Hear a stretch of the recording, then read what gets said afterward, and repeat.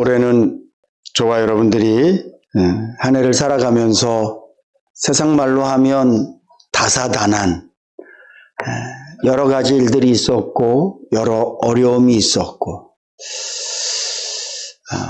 그래서 기쁘게 웃기도 했었을 것이고 정말 근심하며 걱정하기도 했었고 또 꺼이 눈물을 흘리며 울었던 그런 시간들도 우리 모두에게 다 있었습니다.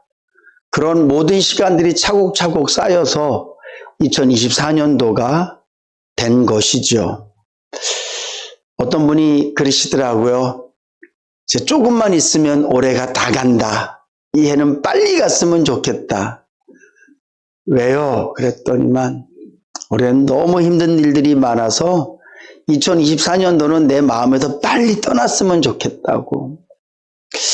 정말 어떤 분들은 올 한 해를 생각하면서 내 생애에 2024년도는 지웠으면 좋겠다. 그리고 새로 맞이하는 2025년도는 하나님의 은혜와 그 사랑과 긍휼을 더 풍성히 누리면서 길이길이 기억할 만한 그런 한 해가 되었으면 좋겠다. 그런 마음들을 품고 계신 분도 계실 것입니다. 그런데 저는 오늘 이 시간 올해 마지막 예배, 주일 오전 예배를 드리면서 한 해를 마무리하면서 은혜라는 단어를 여러분들의 마음에 새기셨으면 좋겠고요. 새해를 기대하면서 비전이라는 단어를 여러분들 마음에 새기셨으면 좋겠습니다. 가장 중요한 핵심은 은혜도 하나님을 통하여 돌아볼 때 은혜가 생기고요. 비전도 하나님을 통하여 바라볼 때 비전이 생기는 거예요. 내가 원하는 일들이 이루어지기를 바라는 것은 비전이 아니고요. 하나님께서 나에게 원하시는 것, 하나님께서 나에게 명령하시는 것, 하나님께서 나에게 부탁하신 것들을 내 마음에 담고 내가 이런 삶을 살아야 되겠다, 내가 이런 일을 이루어내야 되겠다라고 할 때 그것이 성도에게는 비전이 되는 것이죠. 저는 여러분들이 올해를 어떻게 살았든지 간에 올 한 해를 돌아보면서 은혜다. 내년을 기다리는 여러분들의 지금 모습이 어떠하든지 간에 내년을 살아가야 될 때 내 건강과 내 물질과 지금 내 형편과 처지가 어떠하든지 간에 2025년도는 비전 있는 인생이었으면 좋겠다. 그런 마음으로 이 연말과 연시를 보내실 수 있기를 주님의 이름으로 축복합니다. 그러면 은혜는 뭐냐? 올 한 해를 은혜로 돌아본다는 것은 어떤 의미이냐? 가장 중요한 두 단어가 있습니다. 첫 번째 단어는 감사예요. 그리고 두 번째 단어는 용서예요. 2024년도를 돌아보면서 나는 하나님의 관점으로 내 인생을 돌아볼 때 올 한 해는 은혜입니다. 이 말은 내가 올 한 해를 정리하면서 첫 번째 갖는 감정은 감사의 감정. 두 번째 갖는 마음은 용서의 마음을 갖겠습니다. 해요. 여러분들이 올 한 해를 돌아보면서 감사하실 수 있기를 주님의 이름으로 축복합니다. 감사는 다시 말씀드리지만 하나님을 통하여 내 삶을 바라볼 때 생길 수 있는 마음이에요.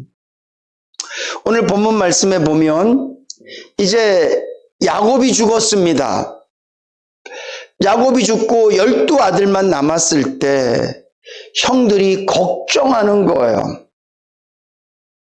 그래도 아버지가 살아있을 때는 요셉이 아버지가 계시니까 우리를 해코지하지 못했지만 이제 아버지가 돌아가셨으니 지난날 우리가 요셉에게 했던 일들을 기억하고 그가 애굽에 와서 고생했던 날들을 기억하고 우리에게 그렇게 제발 한 번만 살려달라고 막 애원할 때 우리가 매정하게 돌아섰던 때를 기억하고 우리와 우리 자녀들을 해코지하면 어떡할까?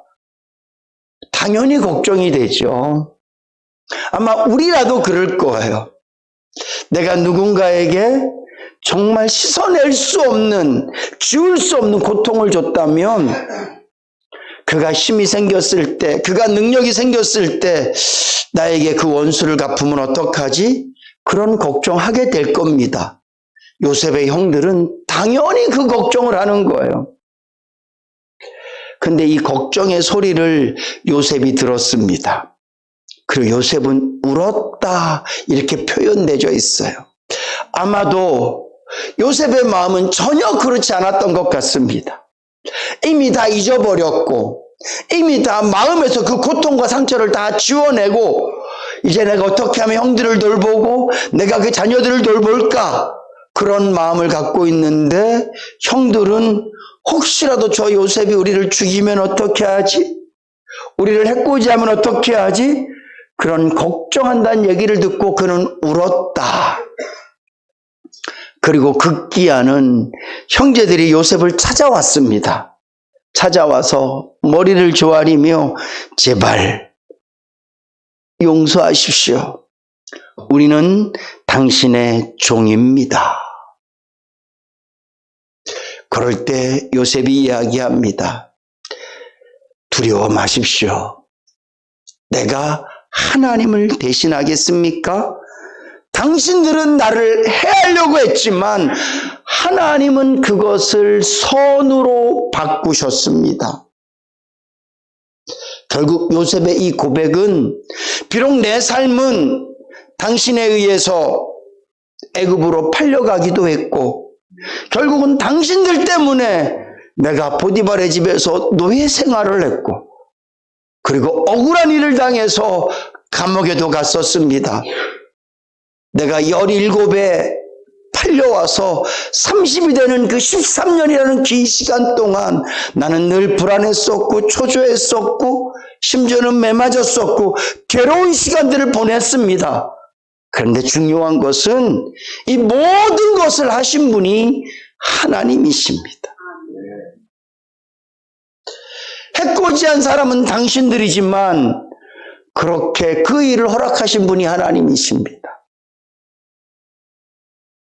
애굽에 판 것은 당신들이지만 나를 애굽에 팔려가도록 하신 분이 하나님이십니다. 보디발의 집에서 그 보디발의 아내를 통하여서 어린이가 억울한 누명을 쓰고 감옥에 갈 때 그 음탕하고 거짓스러운 그 보디발의 아내가 나에게 누명을 씌워서 감옥에 넣었지만 그러나 그 모든 일들을 허락하신 분은 하나님이십니다. 내가 비록 고통스러웠었고 내가 비록 두려웠었고 내가 비록 어떻게 해야 될지 알지 못했고 잠깐 희망이 왔었지만 그것이 포기가 되고 좌절이 되고 염려가 될 때도 많이 있었지만 그러나 결국 이 모든 것을 허락하신 분은 하나님이십니다. 그리고 하나님께서 그 일을 허락하신 것은 나만 살리기 위해서가 아니라 우리 온 가족을 살리고 뿐만 아니라 이것은 우리 가족만 살리는 것이 아니라 하나님께서 원하시는 큰 민족을 이루기 위해서 하나님께서 하신 일입니다. 그래서 내가 지금 돌아보니 이 모든 일을 하나님이 하셨다면 저는 감사할 수밖에 없습니다. 이 고백을 드리고 있는 것이죠. 여러분, 새 한 마리가 떨어지는 것도 하나님께서 허락하지 않으시면 되지 않는다라고 주님은 말씀하셨습니다.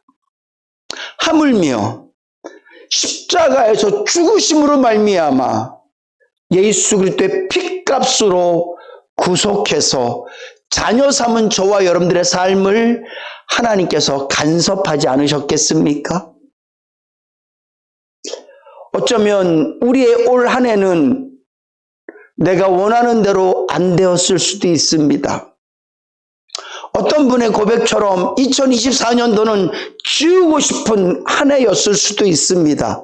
그러나 중요한 것은 내가 느끼기엔 슬펐다 할지라도, 내가 느끼기엔 괴롭다 할지라도, 심지어는 지금도 올해가 나를 짓누르고 있고 수없이 많은 어려움과 고통들로 나에게 다가와 있다 할지라도, 중요한 것은 나에게는 아픈 추억만 있는 것이 아니라, 나에게는 현실의 고통만 있는 것이 아니라, 그럼에도 불구하고 나를 붙잡고 계신 하나님의 손길이 있는 줄로 믿으시기 바랍니다.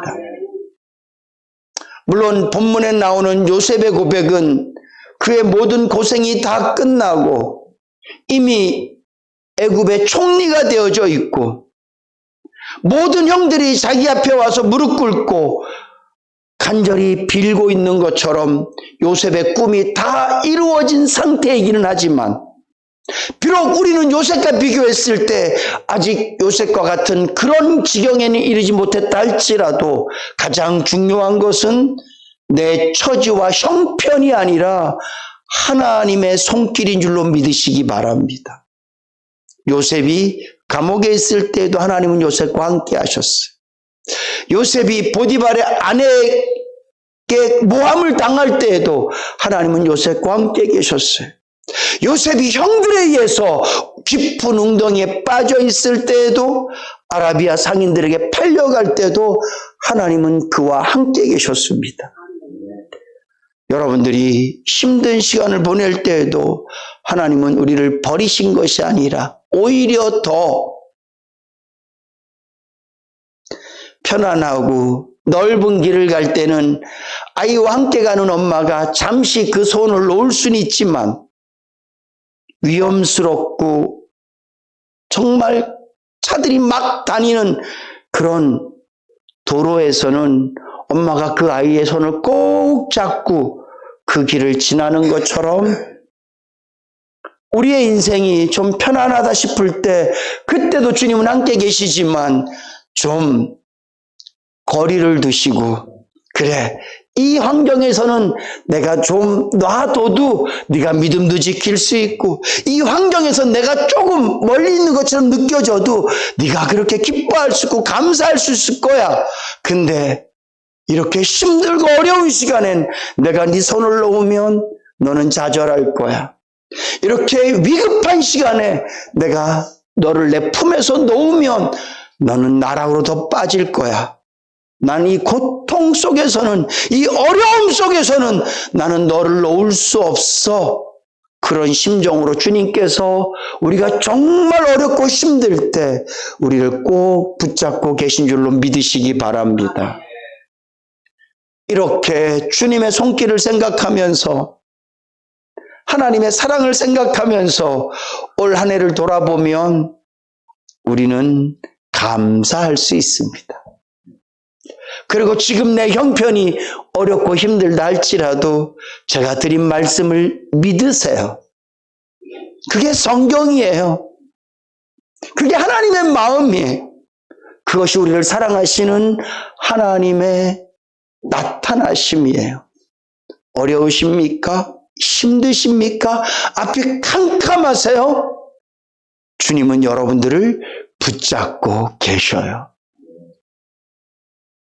그래서 하나님을 통하여서 올 한 해를 바라보시면서, 맞습니다, 하나님, 힘들었지만 어려웠지만, 오늘 요셉의 고백이 형들은 나를 팔아넘겼지만 하나님은 그 모든 것을 선으로 바꾸셨습니다. 결국 하나님께서는 우리의 어려움들을 통하여서 우리가 생각도 할 수 없고 계산도 할 수 없는 엄청난 선으로 우리를 인도하셨고 인도하실 줄로 믿으시기 바랍니다. 그리고 감사하세요. 뿐만 아니라 은혜라는 말은 용서라고 말씀드렸습니다.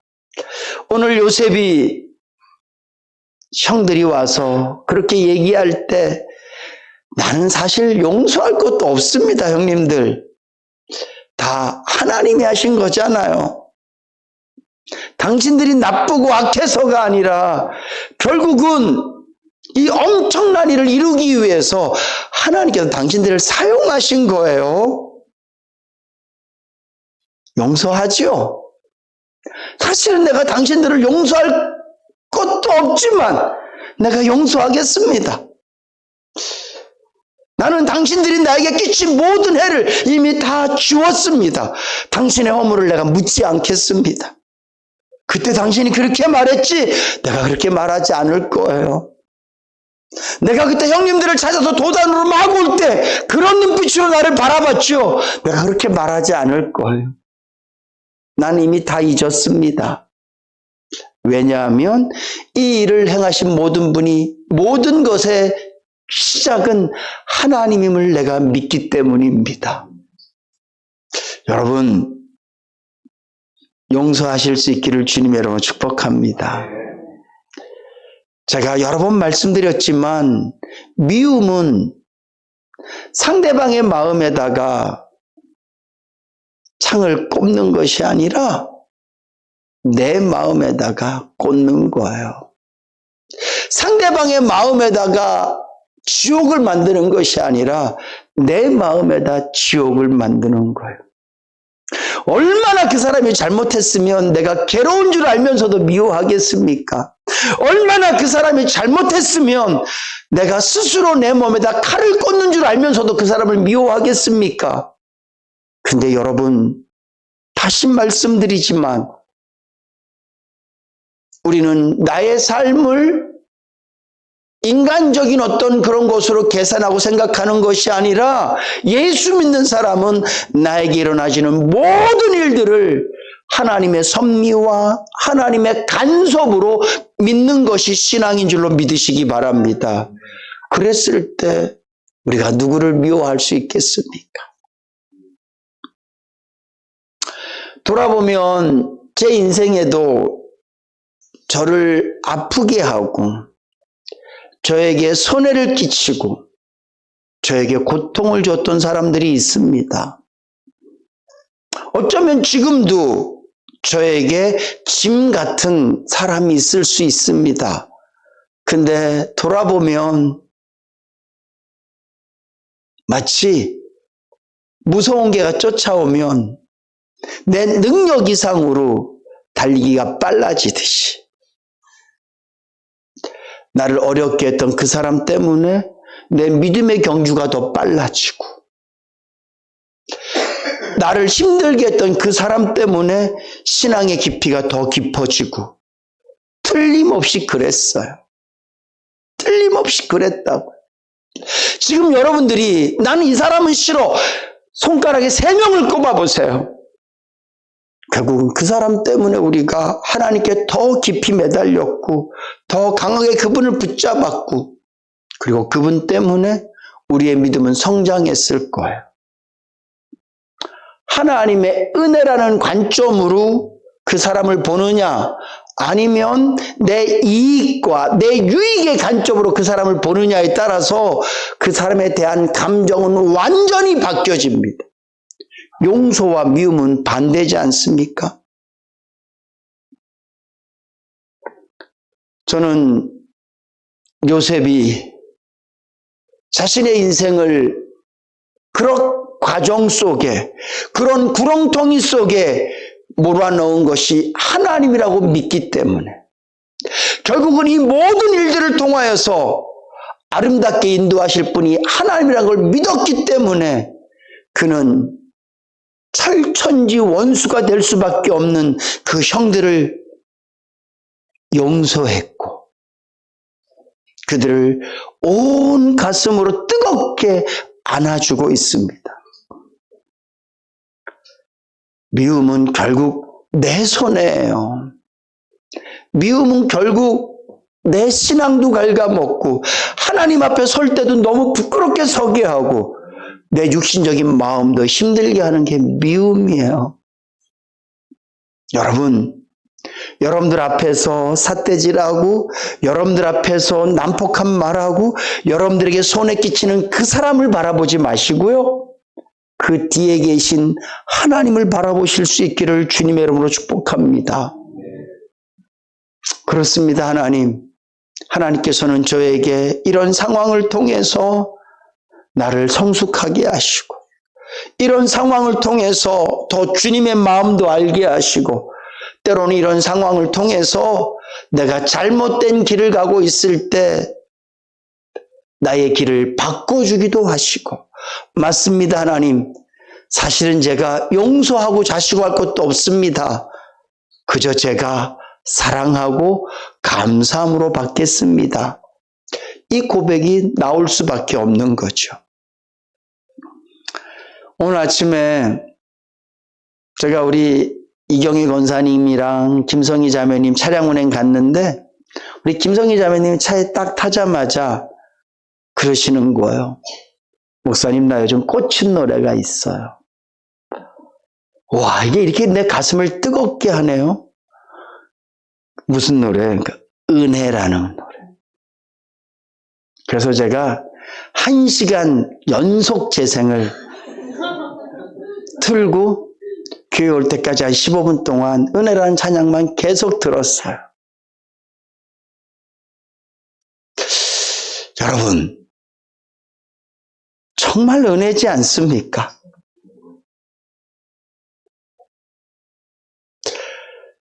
심지어는 내가 예수님을 잘 알지 못할 때 내 삶을 돌아보아도 하나님을 통해서 바라보면 거기도 은혜가 있어요. 나는 그분을 몰랐는데, 나는 그분에게 원수처럼 행했는데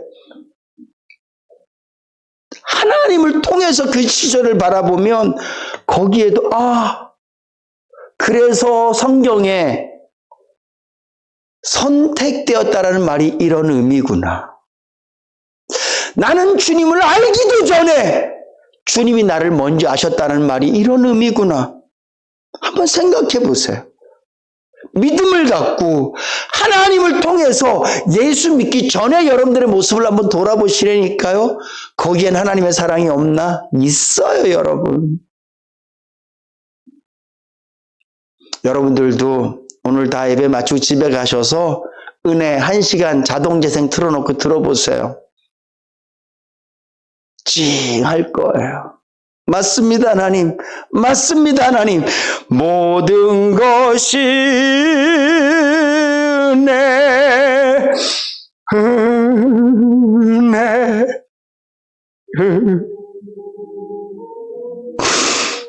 한없는 은혜. 아멘.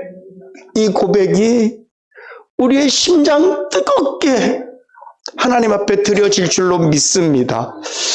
사랑하는 성도 여러분, 이 은혜를 가슴에 담으면 고통도 감사로 바뀔 수 있어요.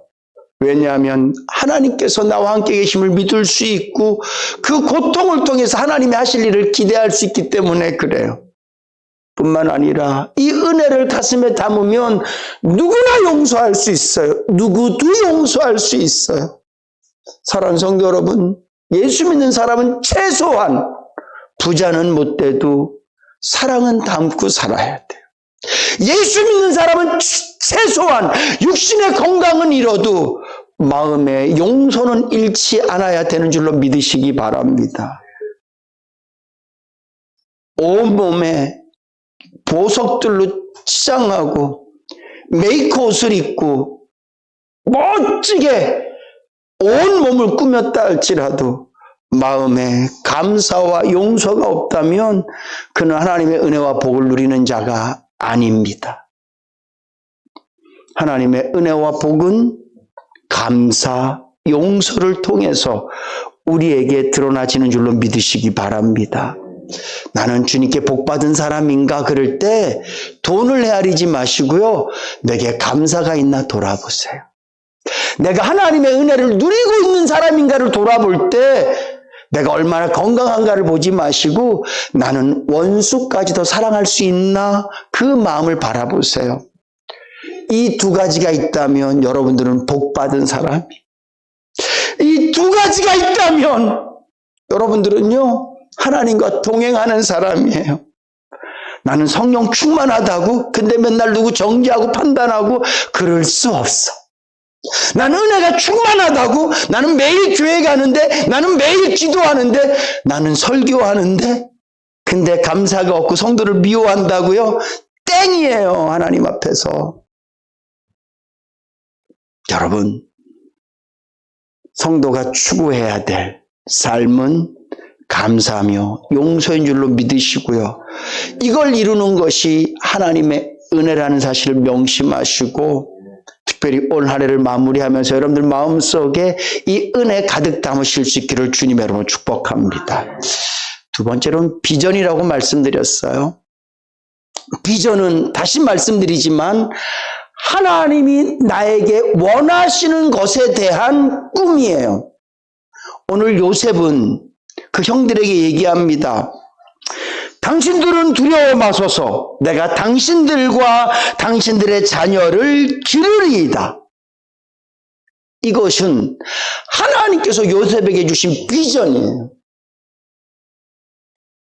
내가 당신들뿐만 아니라 당신들 자녀도 돌보겠습니다. 이것이 하나님께서 나에게 주신 사명입니다. 그리고 또 하나 25절 말씀, 요셉이 이스라엘 자손들에게 맹세시켜 가로되 하나님이 정녕 너희를 권고하시리니 너희는 여기서 내 해골을 메고 올라가겠다 하라. 요셉이 죽음 앞에서 남겨진 이스라엘 백성들에게 우리는 이 애굽 땅에서 호화호식을 하며 살 사람들이 아니야. 하나님께서 나를 이 땅에 제일 처음 보내셔서 총리 삼으시고 너희 아버지들을 다 이 땅에 오게 하셔서 이 애굽 땅에서 우리가 이렇게 풍성히 잘 살고 있는 것이 이 땅에서 잘 먹고 잘 살라고 나를 보내신 것이 아니라 다시 가나안 땅으로 돌아가게 하실 거야. 그때 나도 데리고 가야 돼. 나는 그때 이미 죽고 없지만 내 뼈를 들고 가서 가나안 땅에 묻어주라. 이게 하나님이 그에게 주신 비전이에요. 여러분들에게는 어떤 비전이 있습니까? 아직까지 내년에 나는 뭘 해야 될지, 여기에 맨날 난 돈 얼마나 내년에 내가 더 열심히 해서 얼마를 벌 거야. 내년에 내가 다이어트를 얼마나 더 할 거야. 절대 이런 건 비전 아니에요, 여러분. 하나님께서 나에게 뭘 원하실까? 내년엔 내가 좀 어떤 삶을 살아드려야 될까? 내가 뭘 하면 하나님이 좀 기뻐하실까? 이런 기도의 제목을 갖고 기도해 보실 수 있기를 주님의 이름으로 축복합니다. 그리고 여러분들 마음속에 하나님, 내가 조금 더 이런 삶을 살아드려 보겠습니다. 내가 조금 더 이렇게 하나님께서 기뻐하시는 삶으로 한 걸음 더 나아가 보겠습니다. 그런 마음이 든다면 그것은 비전이에요. 왜냐하면 주님이 주신 꿈이기 때문에 그래요. 물론 나 개인적으로 하고 싶은 꿈도 꾸세요. 내가 더 열심히 일해야지, 내가 더 열심히 운동해야지. 그냥 그건 내 생각이고 내 꿈이고 내 바람이에요. 근데 우리에게는 내가 원하는 것만 갖고 사는 것이 아니라 성도답게 하나님께서 나에게 바라시는 것, 이것도 우리에게 있어야 될 줄로 믿습니다. 요셉은 과거 나는 감사해요. 나 이제 당신들 다 용서했습니다. 끝! 아니에요. 앞으로도 내가 당신들 보호할 거예요. 앞으로도 내가 당신들 자녀들까지 내가 보살필 거예요. 그리고 끝! 아니에요. 하나님은 우리에게 가나안 땅을 처음부터 준비하셨어요. 우리 거기 갈 거예요. 그 비전을 자녀들에게도 심어주는 거죠. 하나님이 하실 일들에 대해서 계속해서 선포하고 있어요. 여러분, 나를 통해서 하나님께서 하실 일들을 선포하며 사실 수 있기를 주님의 이름으로 축복합니다. 2025년도 여러분들에게 꿈이 뭐예요? 그럴 때 우리 가족이 다 행복한 거요, 건강한 거요, 돈 잘 버는 거요. 좋아요. 저도 이렇게 기도할게요. 근데 그거 말고 하나님, 나에게 더 원하시는 거 뭐 있어요? 하나님 나에게 바라시는 건 뭐 있어요? 내가 그 일 해드릴게요. 내 마음에 감동 주세요. 나에게 가르쳐 주세요. 하나님이 원하시는 거 가르쳐 주세요. 내가 해드릴게요. 그래서 여러분들 마음속에 하나님께서 여러분들에게 주신 비전 갖고 25년도 맞이하시고요. 2025년도는 그 비전으로 열심히 달려가실 수 있기를 주님의 이름으로 축복합니다.